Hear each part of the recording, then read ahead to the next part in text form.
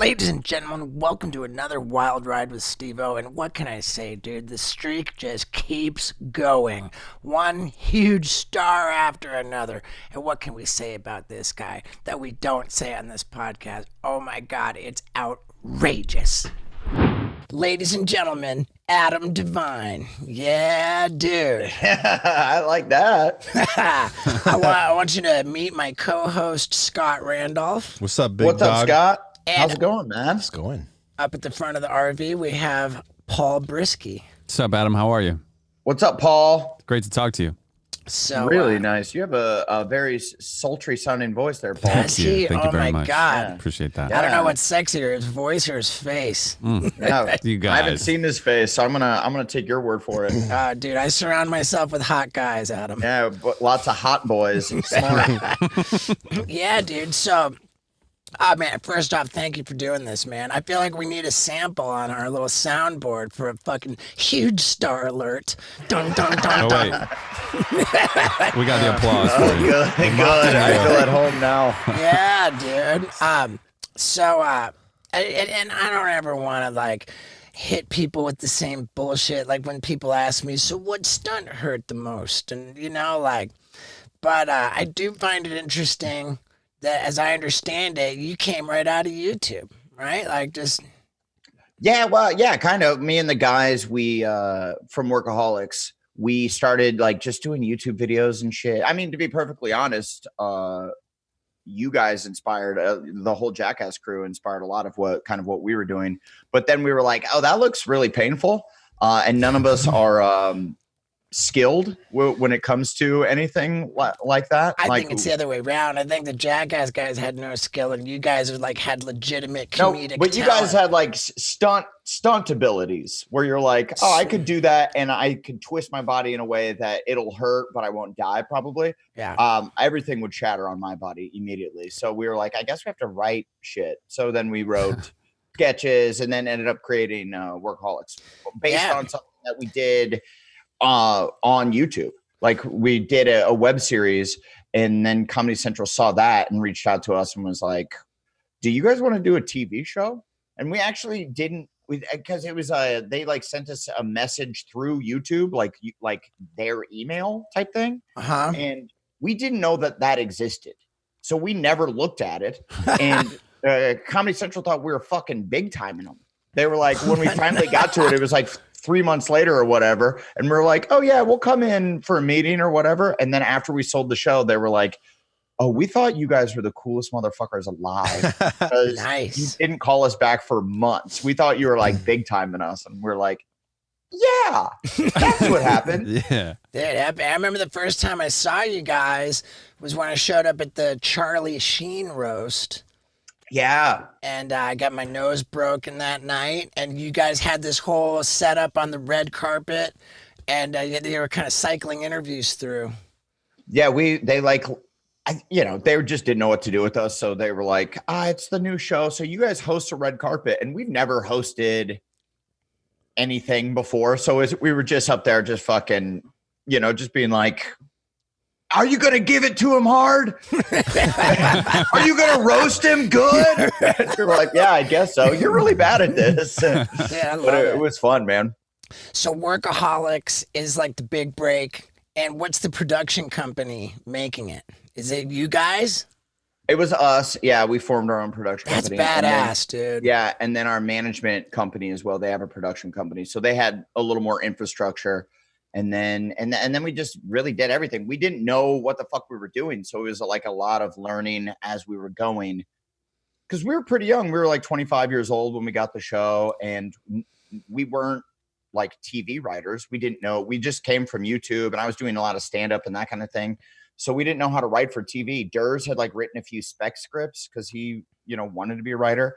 But the rest of us had no knowledge. So we were literally like running a writer's room. We hired someone that we thought was really funny, Kevin Etten, and he was our showrunner and he kind of helped us.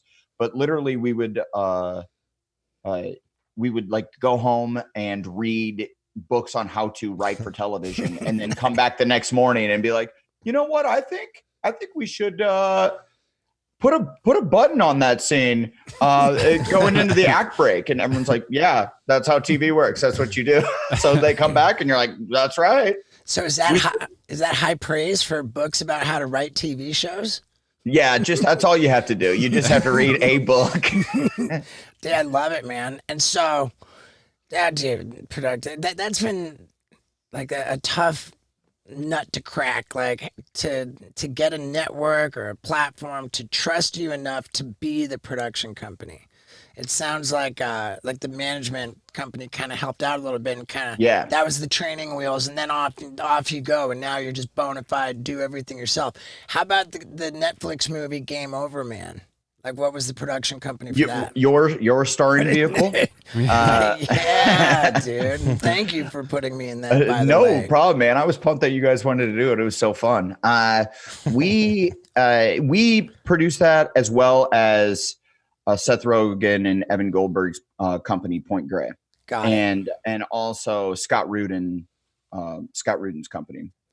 Man. And so there was a lot of like that was awesome because it was. Netflix wasn't, because they gave us like a real budget to shoot that movie. Right. And so like they weren't just going to give us $25 million and go, hey, good luck. Sure. Luckily we had Scott Seth Rogen. and Beth, to sort of feel like, give it to him. Right. That journey behind the camera, man, it can be a long road, huh? Seth Rogen pulled it off. Yeah. Well, I was there the night of the premiere, right? I went with you, and then that was when you showed your hog in front of the whole dude, world. I can't wait to talk about that. But dude, let me got a whole section. We have a whole. I mean, that's the one thing we really. But the 25 million, assuming that's what it was, that they gave you to make Game Over, Man, was I think it was maybe 23 million something. I can't remember exactly. Very well spent. I mean, very well spent, because I can kind of tell what like when I do something, if I have a little part in something, or if I'm on a podcast, like sort of how much feedback I get, and it was absolutely overwhelming. I'm not just blowing smoke up your ass. It was absolutely overwhelming all day, every day when that movie came out. Dude, I saw you. Oh man, you got killed. Oh dude, I saw you in that movie. So I knew that you guys got eyeballs on that, man. Yeah, I feel like our fan base is there's a lot of crossover there. I feel like and it was awesome, man. I mean, and Netflix is so cool because it's just so easy for people. It's so easy for people to watch. Like the barrier, everybody has Netflix. Like everybody has Netflix. Right. Now. Like more people have Netflix than just have cable. And so I get like, it's an R-rated movie. Like I slice a guy's face off with a meat slicer. My dick's out for like 3 minutes. I think you can kind of see my butthole. It's it's a hard R. I get like little kids. I mean, I haven't lately because of COVID times, but I get like children, like 12-year-old kids being like, hey man, I just want to let you know Game Over Man's my favorite movie. I watch it like with my buddies like every night. And I'm like, what, dude? Right. Do you watch that movie every night? Jesus Christ. Did you let your mom know that you're going to be fully nude, or did you just wait for her to watch it? I can really relate to having my family see my wiener on a screen. So yeah, that's just a great question, Scott. And I want to tell you that I had a really weird experience today down at our new warehouse where we ship out all of the stuff from my store now, right? Of course, it's a fulfillment center. Now I'm in the bathroom at the warehouse and I'm like, oh no, I need to poo and I don't have a squatty potty. What? This is awful. So the only thing I could do is take the trash can and lay it on its side with all stuff falling out on it so that I could prop up my legs and poop in a healthy manner. I made a mental note. When I go home tonight, I'm grabbing an extra squatty potty to bring to the warehouse. See, you just slide it right in. It goes up against the toilet. It's out of the way. And then pull it out. Get your feet on there. Now you're in a position to take a full sloppy dump, okay? And this is how the human body was designed, right? If you don't poo like this, you're increasing your risk for colon cancer, Okay? You're going to walk away without having a full evacuation. And I want better for you. So do this. Go to squattypotty.com/Stevo. Get yourself 20% off your Squatty Potty. You're going to notice it when you take a dump. You're going to be like, wow, I really completely pooped. It's a good feeling. So one more time, for 20% off your order, go to squattypotty.com/Stevo. Now let's talk about telling Mom about our dick. I did. Yeah, I told her. I mean, the thing is when I shot the scene, when I shot the scene, just to give some reference for people that maybe haven't seen it, what are you doing? Go watch it. But it's terrorists have taken over the hotel we work at. We're trying to hide in a room, and they're coming down the hall with machine guns. I take my belt off and I go, I got just the plan. And you're like, what is he going to attack the guy with the belt? They come in the hotel room, and then they open up the hotel room door, and I've autoerotic asphyxiated myself, and I'm hanging in the closet as if I'm dead, holding my dick in my hands. And so that's the scene. And then we end up fighting these guys, and my dick is out the entire time. So, but for the premiere, I told my mom that my dick is going to be out in the movie, and she's like, "Oh, it's nothing I haven't seen before." You know, she's just a sweet Midwestern woman, and while I was invited my parents to the premiere, you know, it was a big deal for me, and I invite them to the premiere, and when that scene comes and my dick is out and I'm flapping around everywhere, my mom reaches over to me and grabs my hand and goes, "I'm so proud of you," which is the sweetest thing. I mean, oh my God, thank God she's like that, and not just like you're a disappointment. Yeah. Right. You're out of the family. That was Just holding your hand. Disappoint my family plenty. So how long you been married now? And congratulations, by the way. I'm not yet. COVID kind of. So you just got engaged? Marathon engagement like me. Yeah. How long have you been engaged for? Well, it's been a year now in October. What about you, Steve? Creeping up on 3 years. Woo! Hey, just bask in the glow, man. You have your whole life to be married. Right, exactly. Yeah, were you with your fiance at the time that you shot Game Over, Man? Yeah. Mm-hmm. And how did she feel about the schlongage? She knew what she was getting into when she started. You know, she'd seen Workaholics. She knows. Right. She's familiar. And I wrote the movie. Me and the guys wrote the movie. So she read the script and she was like, Jesus Christ. And your dick is going to be in like 7 pages of your dick. Yeah. And I'm like, well, we'll cut around. It won't just be my dick the whole time. And then in the edit bay, Kyle's just like, dude, I tried to make it so it's not your dick the whole time, but it's really funny if your dick is just out the whole time. And I'm like, well, all right.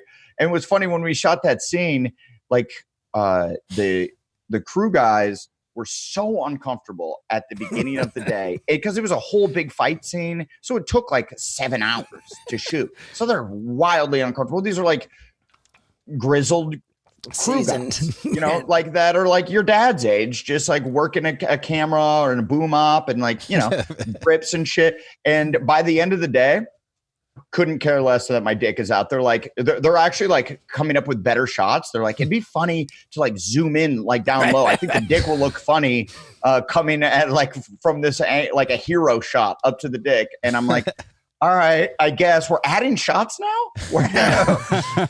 We're adding dick shots? My sexy guy up here, Paul Brisky, with the sexy voice, is also my editor. And he has spent a lot of time staring at my dick. Oh, my God. It's true. Lucky man. Yeah. I've seen Steve jack off to completion from 12 angles. Yeah. Every frame. Yeah, I had to throw together your vasectomy bit in the beginning, and I was just like 4 hours of staring at them cut your balls open. Yeah. And Yeah. I had a big stunt I was so excited about called skyjacking, where I was jacking off.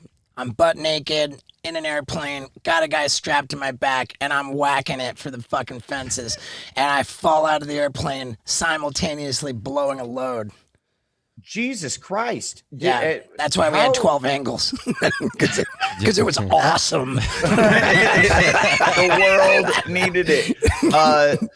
So you were able to, I mean, that's impressive. I don't think I would. It was a logistical nightmare. I brought a DVD player with me. Okay, so you got yourself there by like watching porno or whatever. Correct. Yeah, now here's the fucking butt kicker. Like right before we take off, they say, hey, dude, like this needs to happen within a very tight window of 2 minutes. Because if you fall out of the airplane at any other time, we're going to miss the drop zone. Oh, so sure. I'm going to have to kind of fucking thread the needle with this one. Yeah. So you really, you queued up the perfect video. I queued up the perfect fucking scene. I told them, I thought about it for a second. And then I said, okay, give me 1 minute's notice. Give me 1 minute's notice before the 2 minutes starts. Yeah, smart. Yeah. Skill. See, that's that talent that you didn't have to write a Workaholics show. You had these skills that come within a window like that. Right. But we all have something. My girl, at one point, I remember my girl like saying, she fucking caught me just off guard. She says, you know, it really bothers me the way that you get naked all the time, you know, like with your dick, you know, I don't like that. She's like, we're in an intimate relationship, and you know, I kind of feel like that's my dick. I don't like you showing it to everybody. Sure, yeah. You know, and you're like, baby, it's the world's dick. At this point, this is insured for $500,000. At this point, this is an international cock. I think I got myself a little bit in a better position. I said, babe, whatever I do, it's a lot funnier if I got my dick out. And that was it. Yeah. You couldn't argue with that. It's true. You can't argue with that. It's a spiritual axiom. Yeah. It's an immutable law of nature. So, I want to go back. One more thing on the dick. I'm so excited now to announce that I'm selling at my website autographed dick pics. Thank you very much. Yeah. That's when you got to hit him with the horn. Yeah, dude. Let's get that cheers. Because I had this one bit where I'm like, you know what? Women can just paint their boobs and walk around like it's no big deal. So why can't I paint my dick and do whatever I want? It's a fucking dick pic, dude. Where can they get those? You can get them at stevo.com in our brand new Naughty store, which you have to be 18 years old to enter. Ooh. Yeah. I'm a cyclist now too. I just got a bike. I'm a fitness influencer. I'm out there. I'm letting the people know. I bought a road bike at the beginning of COVID times, and I'm like, well, I'm gonna need to do something during this time.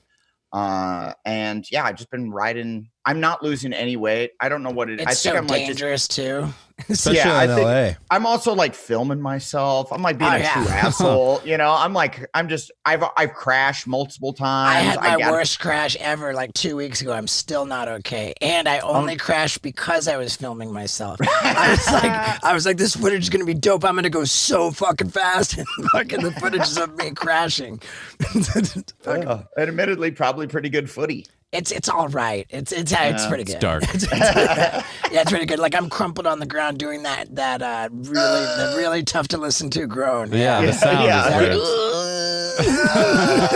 Where you're like, this could be the end. Right. Yeah. I might have punctured something on that one. Thank God it wasn't a car, because when I got into cycling, and I really got into it, so I'm always going into all the bike shops. Oh, let me get this. Oh, what's going on? You know, like, let's tune this up. And it just seemed to come up in conversation in every bike shop that everyone I spoke to had a horrible little tussle with a car, which wound them up in the hospital. Like, it's a fucking dangerous activity. It is. Well, I got a little place in Orange County by the beach. So I'm like right on the beach. So I'm like, I just like cruise the boardwalk. And like on the weekdays when there's nobody here, it's fucking great. On the weekends, it's a nightmare because it's filled with people. But yeah, so clever. But for the most part, I did get hit by a car, stayed on the bike. Wow, Didn't fall. It clipped me. like it was just driving along, and then I guess it decided it was going to turn in this driveway and just like turned right into me, and I skid and I'm going sideways and I go and just straighten up and then just kept riding. I felt like a fucking superhero. I'm like, Lance Armstrong doesn't have shit on me. I just fucking escaped death. Yeah, dude. Fucking right on, man. Have you always lived in, I mean, I know you came from Ohio, but you went to Orange Coast College, right? Omaha, not Ohio. What did I say? Sorry. Ohio. Yeah, it's okay. And people, if it's just the O. If you're not from Omaha, no one it's a flyover state. Nobody gives a people shit. just don't even know it. And they're like, Ohio, Orlando, I don't know, where the fuck ever you lived, Oklahoma, it doesn't matter. But yeah, I moved out here when I went to Orange Coast College in Costa Mesa, which is just right up the street from me now. I took an EMT class there. That's where I got. Oh yeah, so, yeah. Go Pirates. Yeah. Oh yeah. And it's like a community college. It's it was so fun. And I basically moved to Orange County because my parents like thought I would just get fucking gang raped if I moved right to LA. They were like, you're too cute to just move right to LA. Yeah, you couldn't argue with it because that booty was popping at 18. And baseball butt. Yeah, I had that baseball badonk. And yeah, so they were just like, I actually saw the movie Orange County. This is the reason I moved to Orange County. I saw the movie Orange County. It came out when I was like 17 years old or something with Colin Hanks and Jack Black. Mm-hmm. And the whole premise of the fucking movie is Colin Hanks is like, he wants to get out of here and he doesn't want to go to the community college down the street where it's just nothing but stoners and dumb hot chicks. And all everybody does every day is just smoke weed and go to the beach. And he needs to get out of there. And I'm like, I need to get there. I'm like, that's where I want to go to school. And Sold. so my parents were like, okay, you're not living right in Hollywood. You can go there. And then I went there. And then 2 years later, I had like 0 transferable credits. I think I had 6. I took 2 years of school with 6 transferable credits. And all I took was like improv classes and creative writing and, screenwriting. And so I couldn't go to an actual 4-year college after the 2 years. And so I was like, I'm just going to give comedy a try. And my parents at that time were like, all right, whatever. Yeah. So when did you start doing stand-up? Was that when you were at school? Yeah, I started when I was like, I really started in like earnest when I was about 19 or 20. And that's when I like really would go for it and would do open mics all the time and kind of took it more serious. And I got a job working at the Hollywood Improv, which was like, to me, like the greatest gig. I consider that like my first break in Hollywood because they weren't hiring. I went every fucking day and was like, hey, are you guys hiring yet? And they're like, we're not hiring. And finally, they were just like, Jesus, you've beaten us down. You can answer phones during the day. And I got to know everybody. I got to know the bookers. Everyone knew me. I said, Hollywood Improv, Adam Devine speaking. Like, I let them know that I'm Adam Devine. Like, everybody, even just people are just trying to buy tickets. Like, oh, I don't care at all who you are. 2 tickets for Daniel Foster, whoever. But it was cool. And I got to see, like, what was great about working the Hollywood Improv. It's like one of the best comedy clubs in the world. So you see every great comedian come through there. It's not like you're working at the Chuckle Hut in Cincinnati or some shit. You're like, it is the like premier comedy club that in the Comedy Store. And so I got to see like Chris Rock and all just the fucking greats. And yeah, and I think it helped me be less shitty out the gate. Dude, there needs to be a comedy club called the Chuckle Hut. I was just wondering if that was Dude, true or not. I bet there is. Like, there are so many bad comedy club names. Chuckle Hut. The Chuckle Hut. Dude, fucking get that. Website. We'll share it with you, dude. I'll go on GoDaddy and get the website. For sure, there's there's like, there's Bananas, there's Zanies, there's the Funny Bone, the comic strip. Yucks, there's comic strip, Yuck Yucks, Yeah, there's some I'm The Giggle Palace. I hope like I think the improvs are going to be okay because there's they're a huge chain. But I'm like kind of worried for some of these smaller comedy clubs with COVID. It just sucks because I'm such a fan of comedy clubs. I think they're right. I just think they're the best. And I remember like when I was a kid, my parents, when they would go to a comedy club and then they'd come home and they're just drunk and they're like, oh man, that was the best. And I remember being like excited to like hear stories about like what the comic would say, or like what happened. Did they pick on anyone? Was there a heckler? Like I was just stoked on that whole, the whole thing. For sure, man. I love that too. And yeah, I worry about clubs too. Like our guy Dan in Peoria, the jukebox. Oh yeah. Like I wonder what's going on with him.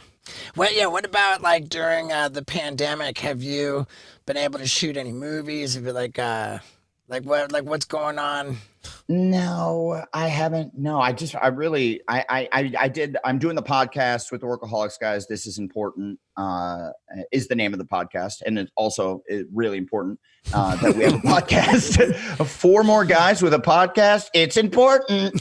And so that's been like, I'm like, thank God we did that, because we've been talking about it for a couple of years now. And it's like a good way to like keep in touch. And we used to all live together for like years, for like 7-8 years. We lived together. And like when you are all just communicating, it's easy to like have the creative juices flowing. And that's why like our output was so great during that time. Like we hundreds of videos, and then into Workaholics, and we were seeing each other every day, and we did 80 something episodes, and then Game Over Man and writing other shit. But then we kind of, for the last couple of years, haven't seen each other as much. And I was like, fuck. And so we got the podcast, and luckily we're doing that. But no, I haven't really shot anything during this time. It was I have like a lot of stuff that was about to go, and then because of COVID, it just was put on the back burner. I'm doing I was in South Carolina about to shoot the 2nd season of The Righteous Gemstones. Nice. The show I'm on Such a good HBO show. with. Yeah, thanks. Yeah, I'm like, I love it. And it's like the cast is incredible. And Danny McBride and Edie Patterson, who plays my sister, is hilarious. John Goodman, Walton Goggins. And Danny we were about to McBride. start. Danny's the best. He's dude. the He's fucking shit. He's also just like the coolest, nicest guy. It's cool when you meet someone and you're like, I hope they're cool. It'd be a bummer if you met someone and they're like, but Danny's like exceeded my expectations, because he plays like kind of dickheads a little bit. Oh, like, sure. you know what I mean? And so you're like, so I hope funny, he's just man. not a fucking asshole like his characters, but he isn't. He's like the nicest guy, and he's so fucking cool. So we're about to start shooting that. I literally was like day 1 of shooting, and then the news is like, all of a sudden it's a global pandemic, and we're like, that's what we're calling it. We're going with global pandemic. That seems pretty serious. And then and they're like, I think you guys, it looks like you should probably go home. We'll probably be back in like 3 weeks is our guess. And then we'll fire everything back up. And then once we get this under control, and then start back up. And then, that was in February. So Right. Fuck. Man. Or Yeah, March, that's I when like guess. 3 weeks sounded like a long time to like shut Yeah, I things know. down. Like, Right. 3 weeks. Oh my God. Now we're about I to go had on be another in my house lockdown. for 3 weeks. I know, dude. It's nuts. Down in Orange County, They don't people give a here fuck just, down they there, dude. don't give a fuck. They Yeah. do not care. It's actually like, I mean, it's a little bit awesome, because you're like, it seems kind of normal, but at the same time, you're like, oh, this is just a hotbed. Like they don't care at all. I went on a date yesterday, and we went to this restaurant. Nobody had their mask on. Everybody even walking around the town. I was just like freaking When out. you were down in Carlsbad? It's down in San Clemente. Okay. And it was just like, we're just walking around town. Nobody they don't gives fucking a care. fuck. They really And the don't. server came, and she had a face shield on, and the face shield was at like a straight angle. So like even It was just channeling everything to her. everything was just dropping. And I went on a date with the nurse, and I was like, hey, look, I'm not trying to freak out, but like this is kind of gnarly. She's like, oh, this whole room is fucked because of this girl right here. And she brought out the lattes, and like it was just going right down into the lattes, like all over spit, How did you meet the nurse? A dating website. A Hinge? I went on Hinge when I was down there. Yeah. How much time are you spending with? I already deleted it. It's just too much, dude. So you're in this like oh, I deleted. Oh no, okay, I'll try it again. Like No. Because I was working down there a lot. And I was like, man, I'm just working so hard, and then I need a little release. I got on a dating app, and then it just. So you swear off the dating app, and then you relapse. Yeah. How many times have you deleted it? And in my life? Yeah, and then put it back Like on. 9. It's just insanity, because I've been dating my girl for so long that I like miss the whole dating app movement that has happened. And it's actually like, it looks fucking awesome. Dude, Like, I can't argue there, man. I see like Scott's apologetic and like it's sort of not all on because he thinks it's a bad thing, so he'll delete it and then put it back on. But we have like other buddies that are just all about the swipe, and they're just swiping and they're just I asked my buddy. I was like, dude, how many dating apps are you on? He's like, all of them, dude. and we got a couple guys that are really mowing them down. One in particular. Yeah. Really mowing down like pretty hot chicks too. Hey, let me ask you, how long were you dating your fiance until you started farting in front of her? I'm absolutely going to let Adam answer that question. But first, I'm going to tell you that I started confidently farting in front of Lux about a year into our relationship. And she just started ripping them about 6 months ago. So I've told you that. Now, let me tell you that when I was down at the warehouse in San Diego, this is where we ship all of our stuff. It's a fulfillment center, a shipping house. It's called Tight Box Packing. And Scott says, dude, I'm thinking about getting a pad down here in San Diego. And I said, what are you talking about, dude? We got this upstairs space and we have a fucking bed sponsor, bro. Let's talk to the Helix people and say, yo, man, we need another bed. It'll be rad because I love Helix beds so much. And they ship it to you where it's like all in this box. And when you open up the box and it like becomes this dense, like awesome, comfortable mattress. And it is precisely exactly the one that's perfect for you because they just have you go on their website and you take a 2-minute quiz. You plug in the info and they spit out exactly what's the perfect mattress for you. And then, man, you get it. It's the best thing. I love my Helix. I'm going to beg the company for another one. And if you want to take this easy 2-minute quiz and go to helixsleep.com/Stevo, you will get up to $200 off of any mattress of your choosing. And if you get 2 free pillows. Do it, man. Get 2 free pillows and up to $200 off of any mattress you want at helixsleep.com/Stevo. All right, now let's talk about farting. We covered that the other day. I'm not like a huge farter. Like it just doesn't happen that often. Like like some people just they're just very flatulent people. I'm not that flatulent of a guy. So I mean, I have for sure.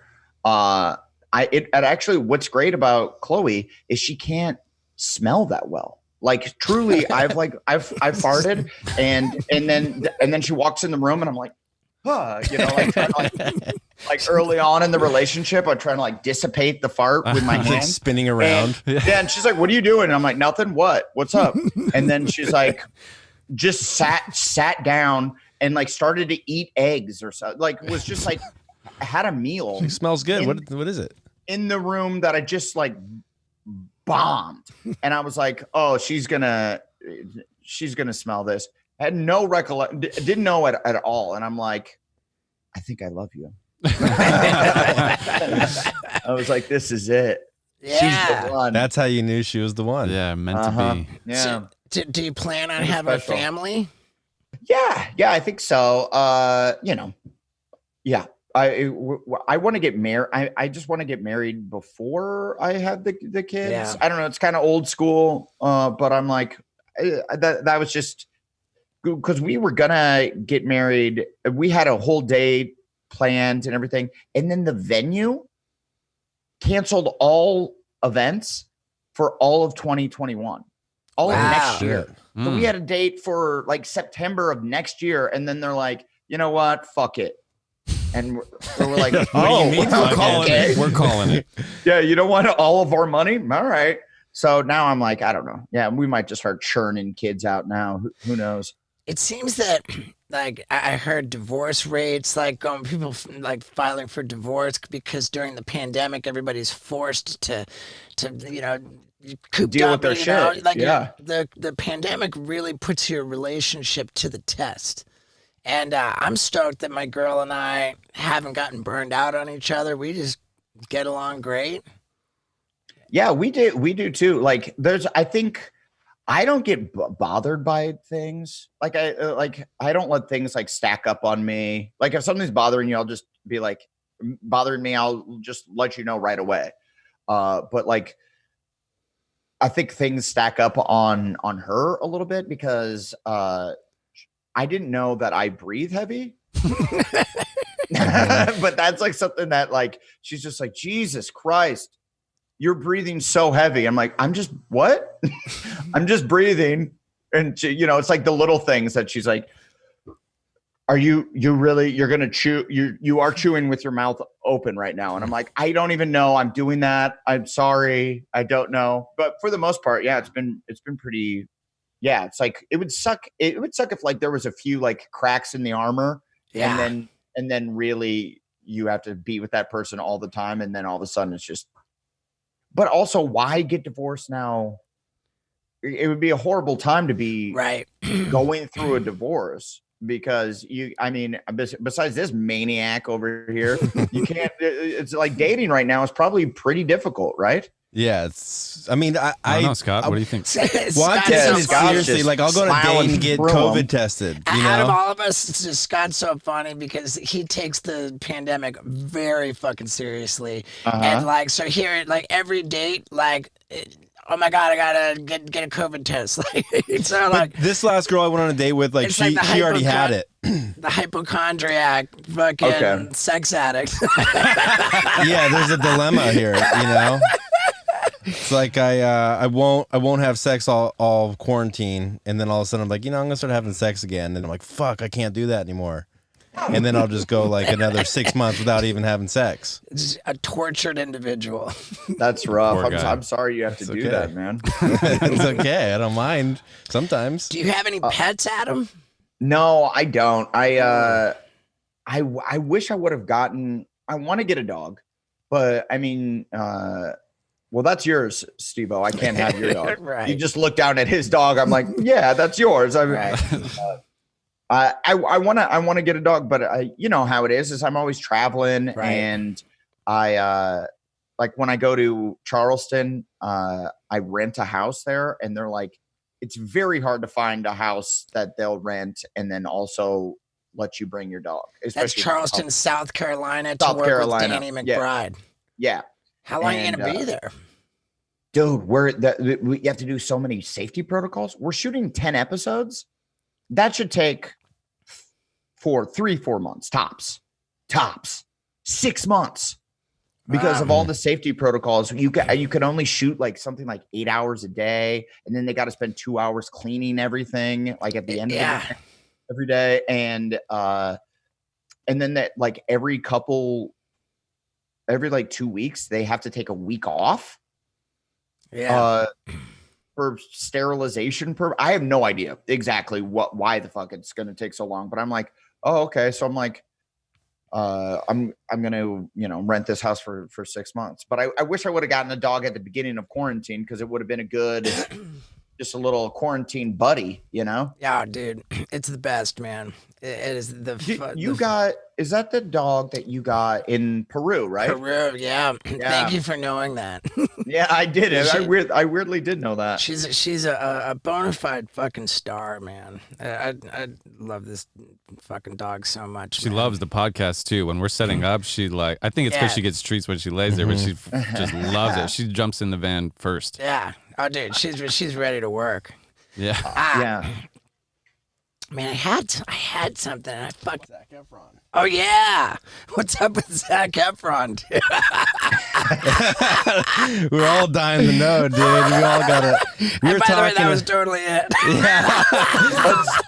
I like. What kind of question? What do you mean? What's up with it? Paul, you were talking about how hot is that guy? I mean, Okay, let's start with how hot is he? He's like. Well, it's weird because he's like a pretty. I mean, he's a really nice dude. Hot he's dude. Like just a great guy, but like he is like a super hot, super hot dude. For whatever reason that I keep getting cast like opposite like honky dudes, like honky dudes, and then I'm like the regular guy schlub that I think America can relate to, and they're like, yeah, I'm kind of like him, and then there's always that fucking hunk over there, you know, and because I worked with Liam Hemsworth in a movie, Isn't It Romantic? And also he's the same thing where it's just like you're just like Jesus Christ, like you won't see him for a while, and then he'll be like you're at craft services or whatever, and then all of a sudden Zach or Liam is like right next to you, and you're like, Jesus, God damn, you're sexy, you know? They're even hotter off camera than they are on camera. But specifically, yeah, the camera can't capture all that beauty. But specifically with Zach, I saw like grown women, like 50-year-old women, like melt in front of him, like act like little girls, like, oh, and like objectify him in a way that I've never seen a man objectify. Well, I take that back there because I've been to strip clubs, but no, like just like truly just like melt in front of him. I'm like, oh, this is weird, dude. And he's like, yeah, it's so weird. Like he's like, I don't even like to, if I see like a pack of like 50-year-old women, I try to steer clear because they will just lose their minds. And I'm like, yeah, that is a weird. I don't have that problem at all. They don't give a shit about me. Poor guy. Me, it's like 20, 30-year-old dudes. I'm like, fuck, I gotta. Yeah, exactly. Some kids with a skateboard. You're like, all right, let's get out of here. It's like we're at like Denny's at like 2 a.m. It's like, fuck, dude. Okay, going that way, and you know, Zac Efron's like, dude, there's it's like hot milfs are trying to fuck. Yeah, way too much pussy over there. Yeah, he's like, oh god, I can't even walk past that. Jesus Christ. That's it. Were you in Hawaii with Zach when he fucking rode the tiger shark? Yeah, dude, we were together. Ocean Ramsey, that's right. He goes, it's early on in shooting the movie, and Zach is like, yo, dude, tomorrow I got to set up. You want to go shark diving? And I'm like, no. But, I'm trying to like fit in, and it's like my first starring role in a movie. So I'm like, well, if he's doing it, I guess I should do it. And I went, and dude, that was like the fucking scariest thing. First of all, didn't know I got seasick, wildly seasick. And so we get out there, and she's like, it'll actually be better once you're in the water. And I go, oh, okay. And I get in the water, and she's like, if any of the sharks are being aggressive, I'll like tell you. This shark, and she's like, if they pop their gills out and if they come up next to you and hip check you, they're like sizing you up. And I'm like, oh, okay.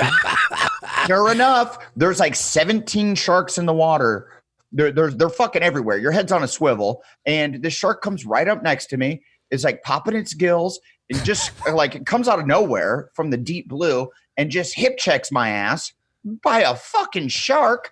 And I'm like, oh, what the fuck? And then she's like, come up. When I go up, and she's like, that shark is being weirdly very aggressive to you. I'd recommend getting back on the boat for a while and just kind of letting him chill out. I'm like, good call. And I get on the boat. Puking. Zach's in the water. He's having a great time. The sharks fucking love the guy. They're the sharks gushing just love over him. They're all female sharks. Like they're all girl sharks. Ovulating. I get back on the boat. Now I'm seasick. I'm puking.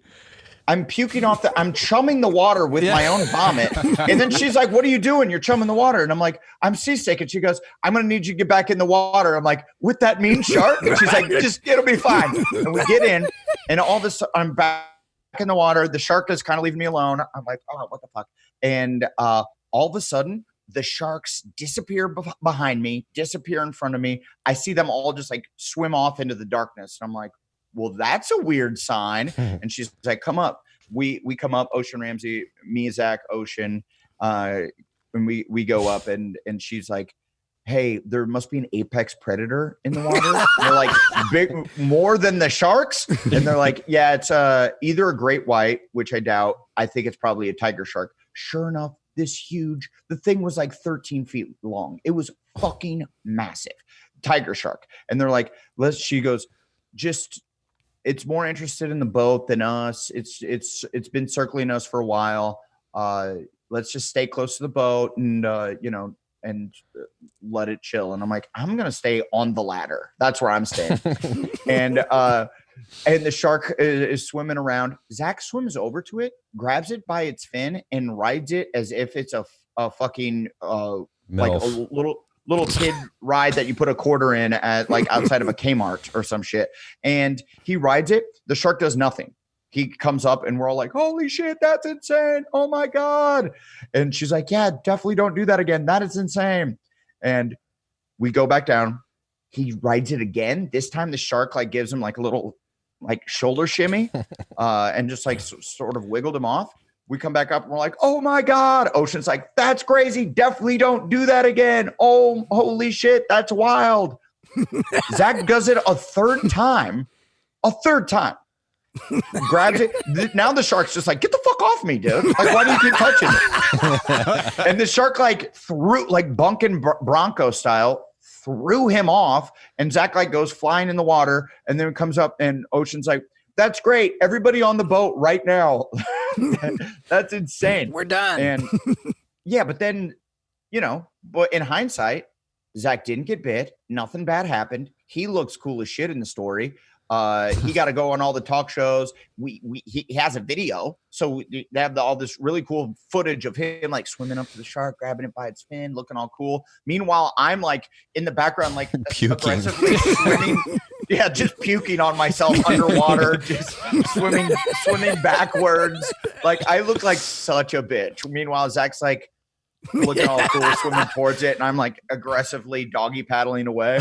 Dude, but that whole story, like it hit me so hard because going back to, when Jackass was a little TV show on MTV, I mean, like 20 fucking years ago. And we go out with Manny, the shark guy, and that was the deal. We're going to go ride a shark. We thought we were going to do that.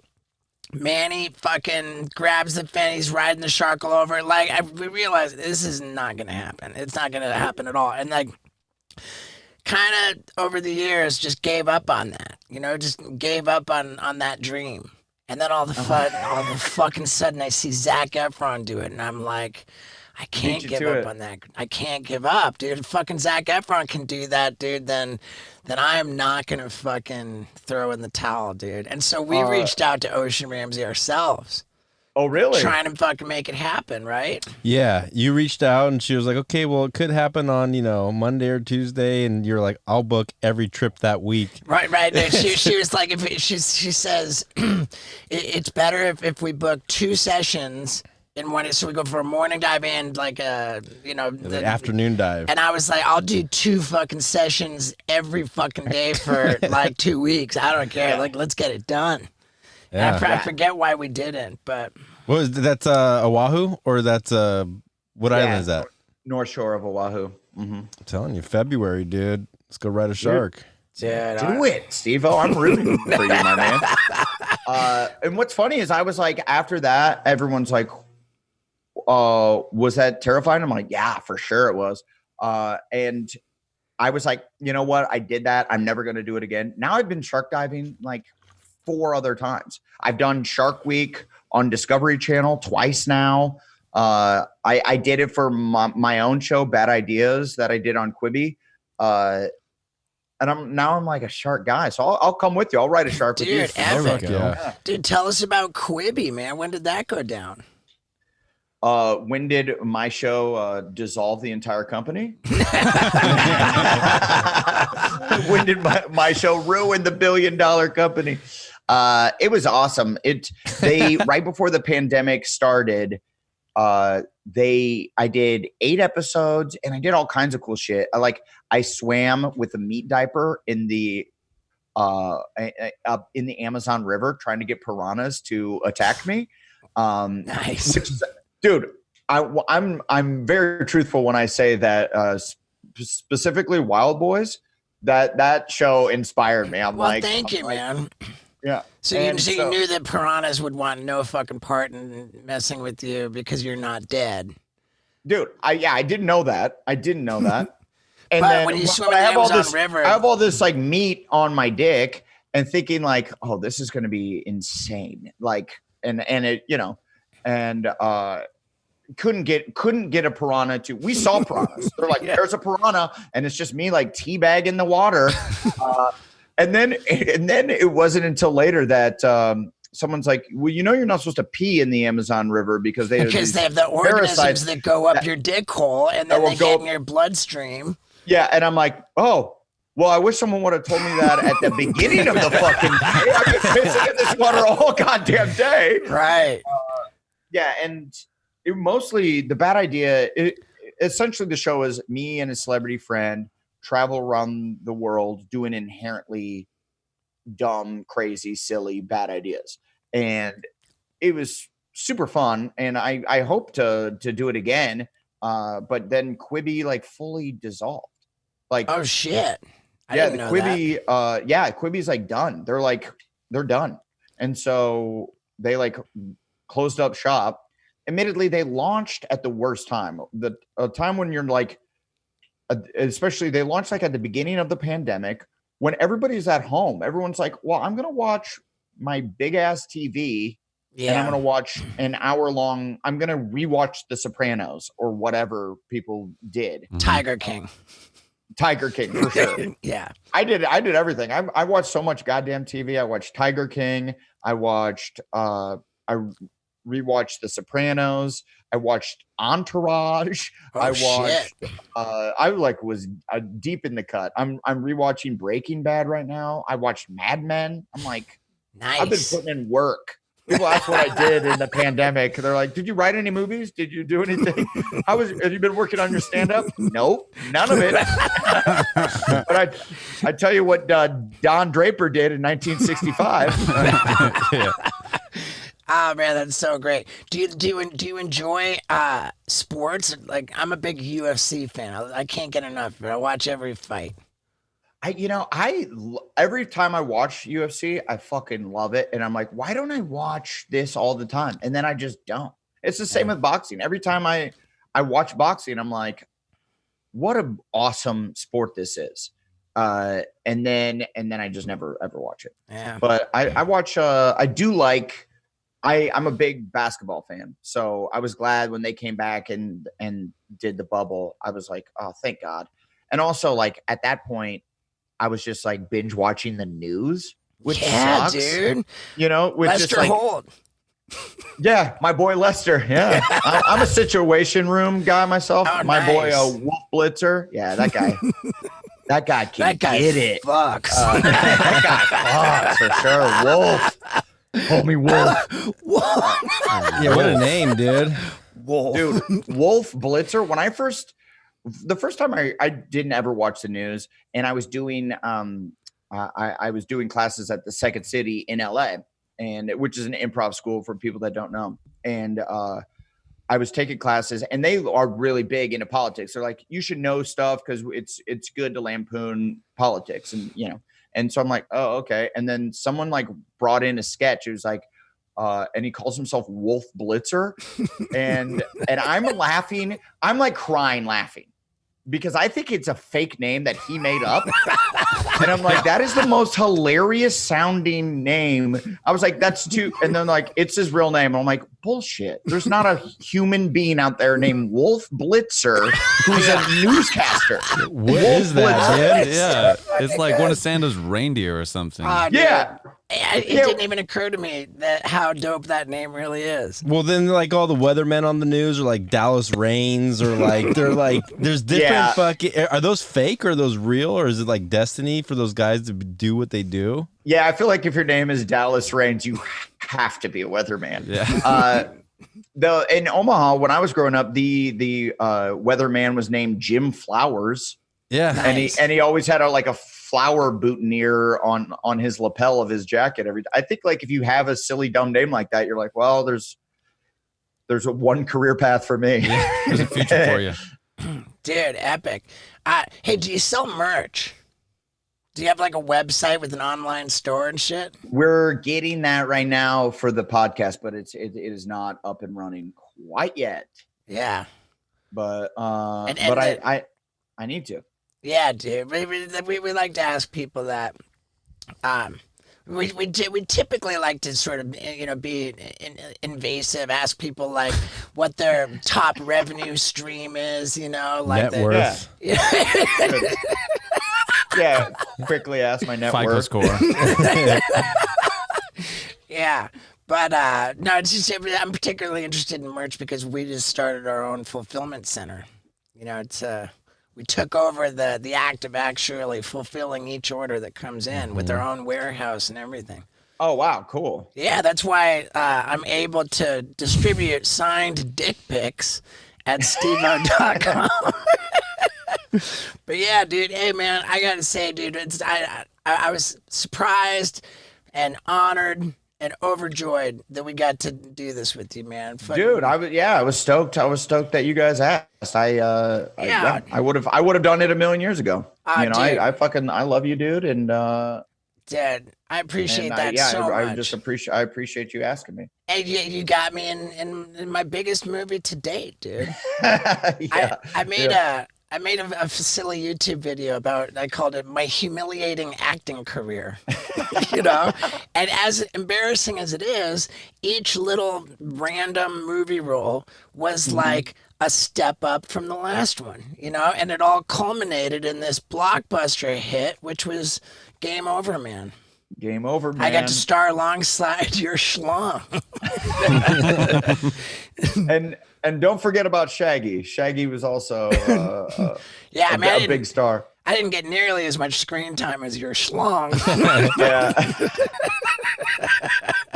Yeah, he was. Well, my dick got third billing, so it had to. 7 pages, that dick. Yeah. SAG after rules were we had to give him a certain amount of screen time. Had a speaking role. Well, yeah, dude. Is there anything that we can send traffic to? Your Instagram, your website. Yeah. I mean, fucking come fuck with me on Instagram. Just Adam Devine. I recently changed it. I had the pseudonym of Andy Bovine. I remember. Which was a nickname that I got in high school because Adam Devine just sounds like a fake name. It just sounded like too cool for the spazzy little, kid I was. So like I was hanging out with a lot of older kids when I was like freshman, sophomore. And like one of the seniors was like, yo, dude, your name is no longer Adam Devine. It's Andy Bovine. And I'm like, hey, I also like that nickname. So, Yeah. But then I was getting people that I considered like I was friends with them, but like they're Hollywood friends. So we don't really see each other that often. We'd see each other at parties. And I remember I remember some dude was like, who I considered a buddy was like, hey, Andy, I want to introduce you to someone. And I'm like, oh, and then like thinking, he just kind of misspoke. And then he goes, hey, this is Andy Bovine. And he's introducing me. And I'm like, what? Like, Did you go along with it? No, I called him out right then. I'm like, you think my name is Andy Bovine? Like it's Wolf Blitzer. And he's like, yeah. And I'm like, oh, it's Adam Devine. He goes, I thought Adam Devine was like your stage name and your real name is Andy Bovine. And I'm like, I got to just get rid of it. So it's now Adam Devine on Instagram. It's like, this is Cheeto Santino. Yeah, totally. Hey, you met Cheeto Santino. Yeah, dude. Well, right on. I was following Andy Bovine for years now, dude. I don't even know that I noticed it changed, man. But that works for me too. Awesome. Well, let's go swim with some sharks soon. Yeah, hell dude, yeah, we're man. looking at surfing. Been at the base of snow-covered mountains in Alaska, and then hopping on a plane over to Hawaii to ride sharks this February. Jesus Christ. You live such a great lifestyle. Well, hey man, if you want to tag along and barf on yourself, dude, it would be an honor. Yeah, that makes for some good footy. Yeah, we can always use pukers. You know? I'll puke too, dude. I'm fucked in the water. Yeah, he's got terrible seasickness. Yeah, I did the same thing in Fiji. Yeah, Puked man. everywhere. Dude, the thing is you don't know you're seasick until you're out there yakking. Like, and I've been on boats before. It's just like sometimes it hits and sometimes it doesn't.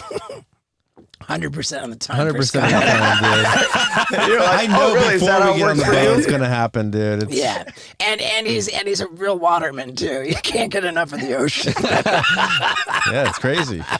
Yeah, That is wild. well, fucking A, man. Right on, brother. Thank Awesome, you man. again. Truly an honor. Hell yeah, guys. Let's do this again sometime. Love you, dog. Thank you so much.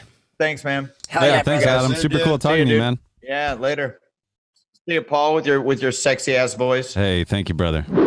Did I mention that I was just down in San Diego at our new fulfillment center? It's a warehouse, and the business is called Tight Box Packing.